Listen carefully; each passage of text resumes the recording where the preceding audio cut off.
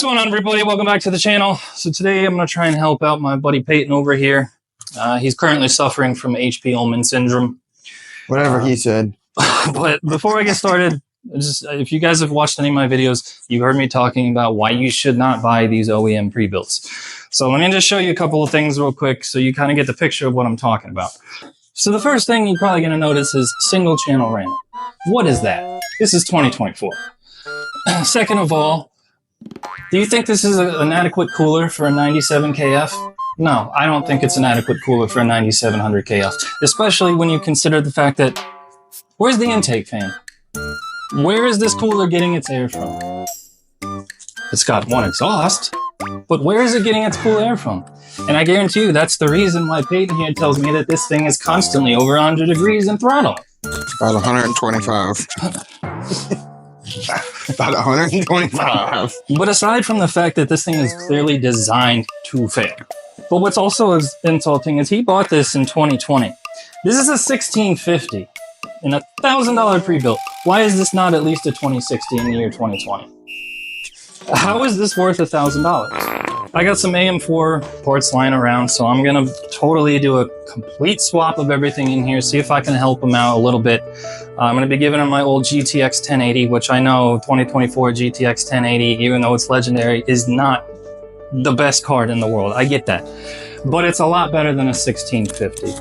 And I'm also gonna be giving him dual channel RAM at 3600 megahertz instead of 2600 megahertz. And I'm also going to be giving a motherboard that actually has a BIOS. That's right.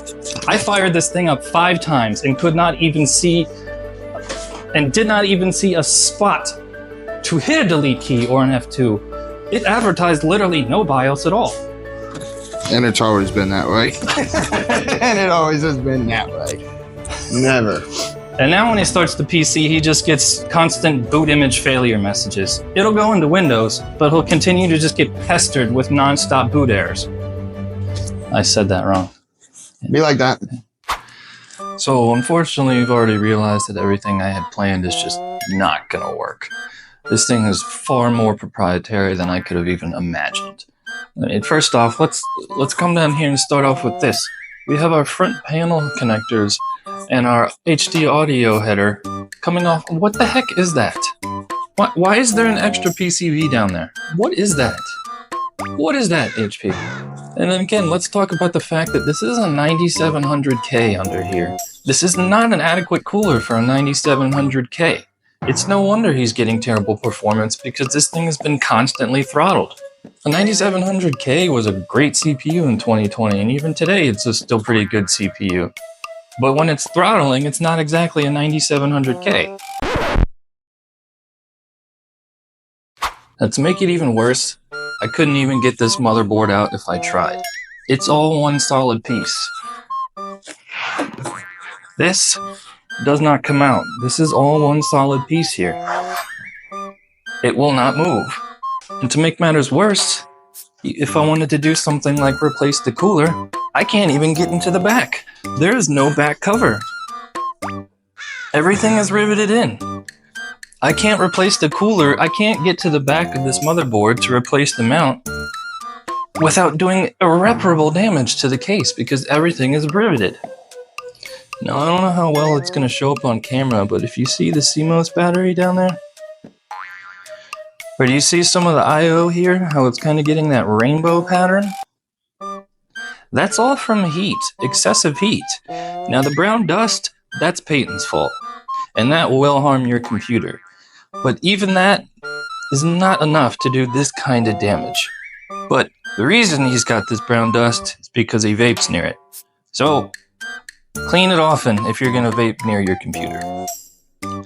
He did not. You can even see, you see the slight rainbow tint of the front panel? That's from the cooler just continuously blowing hot air at this glass. Now, some people might think that having only a 4-pin EPS connector is a bad thing, but even 4 pins will draw up to about 192 watts, and a 9700K should only pull around 96 total power. So, it's really not a problem, but I still don't like to see it. But again, I just cannot get over what the heck is this extra PCB down here. Like, it's making me very angry. And don't even get me started on the fact that the chipset doesn't even have a heatsink. What is that? Nor anything to cover the SSDs. And this is the VRM that we get with a 9700K? Come on. This is the most puny little MOSFETs I've ever seen in my life. Oh, poor baby. So, I'm gonna have to just send him home with all the parts I planned on giving him on my open air test bench because this case is just totally unusable. I can't add any cooling fans. Can't add any intake fans on the front. Where would the air come from? And how would I even mount them? Sure, maybe I could just sit a fan down there on the bottom, but that's not ideal, is it? So, we're just gonna pivot. I'm gonna go get the parts in my test bench, and we're gonna get started.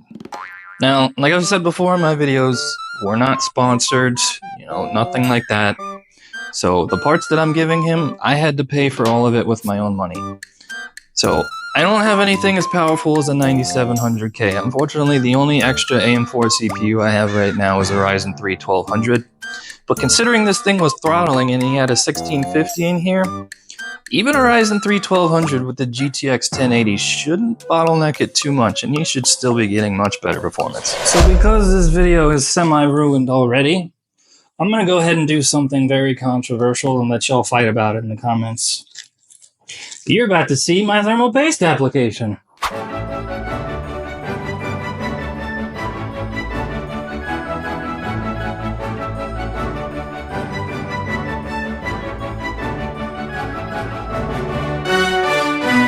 Make sure to leave your opinion in the comments.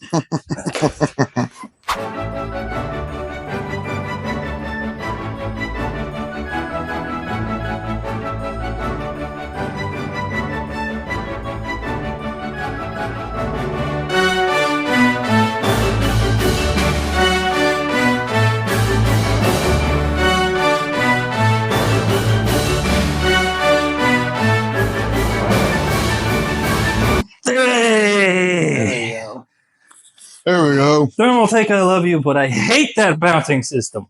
Alright, so let's go ahead and put the GTX 1080 here. I don't know if you guys have seen me talking about this in one of my other videos, but I popped this out of an Aurora Alienware pre-built that I did not buy, okay? I understand how this video started and what I just said. You probably think, what the heck? I did not buy this, okay? This came from another coworker's pre-built that I have also strayed from that crappy path. And he ended up letting me keep one of his old paperweight Auroras, which had a GTX 1080 in it and still works. Damn, that was easy. Yep. For the RAM, I'm giving him my last 2 sticks of PNY Accelerate RGB. This is 3600 megatransfers, and it's going to be dual channel. So this is going to be a gigantic upgrade over the single channel 2600 he had in here before. Well, not in here, but you know what I mean. Yeah, damn, I'm sure you've seen. That's crazy. It just clip in the middle is not even. Yeah. So if you go to build, put it in the right way. Nah, don't worry about that. I ain't building. Don't worry about that. I'll come at you if I want you to build. Because if you push hard, you will snap it and break it. Oh, I'm an idiot, dude. Wrong It's side. the wrong end. I gotta do that all over again. So if you guys have seen my extra video, you know that the only other spare power supply I have right now is a 500 watt Thermalright, $40 cheap one on eBay or Amazon. And I'm not gonna sit here and say Thermalright is a bad company. I use Thermalright, it's great stuff, but the fact is, it's an 80 plus power supply. It's 80 plus, not 80 plus bronze, 80 plus anything. It's just 80 plus. And while this is my stuff right now, once I'm done here in 5-10 minutes, it is now Peyton's stuff. Yeah. So I'm gonna do what I can to protect it, and he's gonna go home with my 850 gold. And once he can replace it, I'll give it back. Okay, buddy. You're good to go. All right, moment of truth. Moment of truth. I am a little worried about his semi-proprietary hard drive that was in there. It's working in this motherboard, but here we go.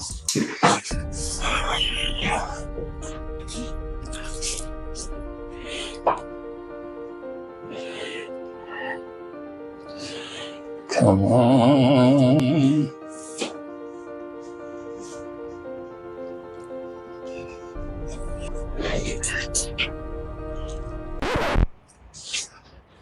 I turned it off.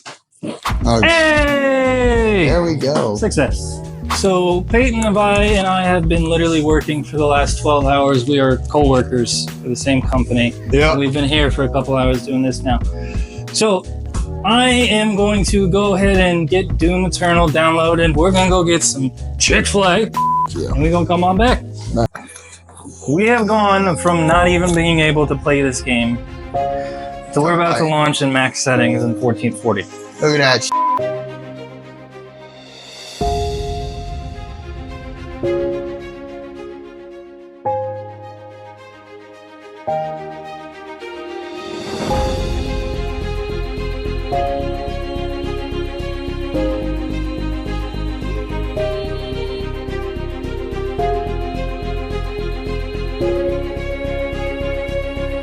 So it turns out I was just really too exhausted last night to notice that you actually can get this motherboard out with a little force, but obviously for somebody buying a pre-built computer, this is not something you want to do.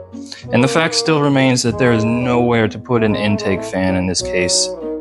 So this case is just flat out unusable in my opinion. And if you also notice, what I said last night was correct. You cannot get into the back of the case. Everything is riveted. So what would you even do with all this mess? And again, I have no idea what this thing is, but it kind of seems like the wires from the case are connected to this PCB and then connected to the motherboard. And I just don't understand that. So I will admit I was wrong that you can get this motherboard out, but still, this is a terrible pre-built. Again, somebody buying a pre-built computer shouldn't have to, and probably really does not want to do this kind of stuff. Otherwise, why are they buying a pre-built? So Peyton's definitely happy. All in all, you know, what I just gave him is running a hell of a lot better than what he had before. I mean, just the addition of dual channel RAM can be a pretty big game changer. I'm exhausted right now. You know, it's like I said, we've been working for 12 hours today, so I'm pretty tired. I'm ready to go to bed. I'm pretty disappointed in myself, if I gotta be honest. I've taken apart so many of those OEM pre-builts in my life so I could show people right then and there why they should never buy them again. And everything in these OEM pre-builts is completely proprietary. You cannot use anything with it. They've made sure of that. They got all this extra metal and plastic everywhere that you basically have to take a Dremel and rip your entire case apart if you actually want to have an intake fan. Now, I'm not talking about all pre-builts here. I'm specifically talking about people like Dell Alienware, HP Omen, Asus does this with their OEM builds, MSI does this crap with their builds. It's a scam. There's no better way to put this. It is a scam. You can clearly see a difference in the way these cases and things are designed to keep your parts cool and make sure they last. There's no better way for me to put this. They are intentionally taking advantage of the fact that, yes, it is certainly a lot easier just to go onto Dell.com and hit buy. That's very easy. It's a lot easier than doing research on parts, talking to people who know. I get it. I get it. And the worst part about these is this is not even a you get what you pay for kind of situation, because the fact is these OEM pre-builts are so overpriced. They cost more than a well and good pre-built company like BEZ Tech. And so that's basically the reason why Zach and I decided to start BEZ Tech, because we're tired of seeing people falling prey to this crap. And it's just so many companies out there doing this now. And there's a whole other thing to this.